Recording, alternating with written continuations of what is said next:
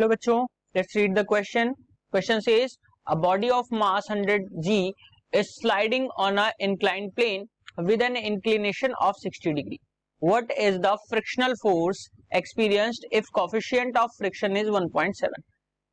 It's saying take g equals to 10 meter per second square. 4 options is given here. We just have to find out the solution. Solution में हम सबसे पहले बात करेंगे की concept की.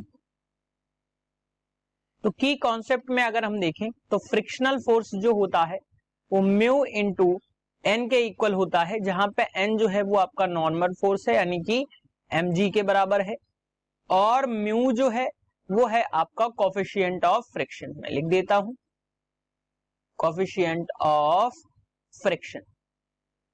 अब बच्चों यहां पे अगर हम क्वेश्चन के अकॉर्डिंग देखें तो क्या है कि एक बॉडी जो है वो 100 g के बराबर उसका मास है और वो एक इंक्लाइंड प्लेन पे 60 डिग्री के इंक्लिनेशन के साथ जो एक इंक्लाइंड प्लेन है उस पे स्लाइड कर रही है. तो मैं कुछ इस तरीके से यहाँ पे इसको ड्रॉ कर देता हूं. ये 60 डिग्री का इंक्लिनेशन है.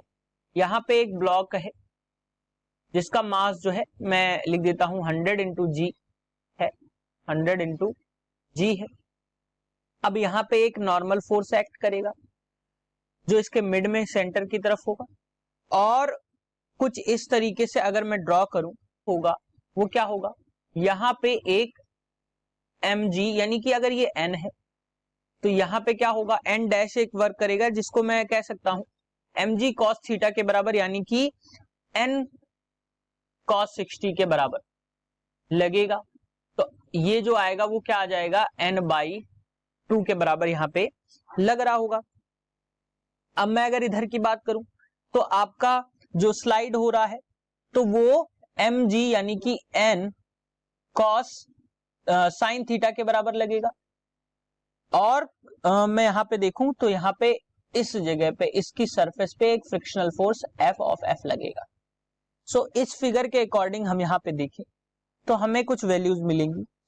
क्या मिलेंगी मैं यहां पे लिख देता हूं. जो वैल्यूज मिलेंगी अगर मैं यहाँ पे देखूं तो ये थीटा की वैल्यू जो है वो कितनी है 60. तो मैं अगर यहाँ पे पुट करूंगा तो ये आपको मिल जाएगा n इंटू साइन 60 की वैल्यू अंडर रूट 3/2 और cos 60 की वैल्यू 1/2. तो हमने पुट की तो यहाँ से ये वैल्यूज हमें मिल के आ गई. यहां से अगर मैं इस तरीके से बात करूं तो ये एंगल जो होगा वो 60 डिग्री होगा. अब यहाँ पे मैं लिख देता हूं since the net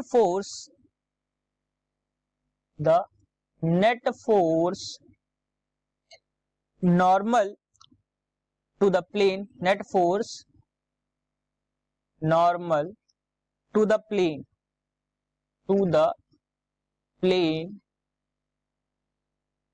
will be. अब क्वेश्चन के अकॉर्डिंग अगर हम फिगर के अकॉर्डिंग देखें तो नेट फोर्स जो मिलेगा प्लेन के रिगार्ड में विल बी वो क्या मिलेगा 0 मिलेगा. यानी कि अगर हम नेट नॉर्मल फोर्स की बात करें, नेट नॉर्मल फोर्स की बात करें, नेट फोर्स नॉर्मल अगर हम यहां पे बात करें तो क्या मिल जाएगा हमें cos 60 के बराबर जो पहले गिवन है यानी कि n cos 60 के बराबर. तो ये जो वैल्यू आपको मिलेगी वो 1/2 इंटू n है. ये अभी मैंने आपको फिगर के अकॉर्डिंग समझाया भी है. नेक्स्ट स्लाइड में इसको देखते हैं. तो f की वैल्यू क्या होती है म्यू इंटू नॉर्मल के बराबर. सो यहाँ पे हम वैल्यूज को पुट करेंगे. जो फ्रिक्शनल फोर्स आपको मिल जाएगी वो कितनी मिल जाएगी, म्यू की वैल्यू है 1.7 इंटू नॉर्मल की फोर्स जो वैल्यू निकाली हमने 1/2. सो यहाँ से f की वैल्यू जो आएगी वो आ जाएगी 0.85 न्यूटन. सो जो फ्रिक्शनल फोर्स अप्लाई होगा वो क्या होगा 0.85 न्यूटन के बराबर होगा. सो बच्चों यहाँ से अगर हम बात करें option 1 is the correct answer for this question. Hope you understood it well. Best of luck.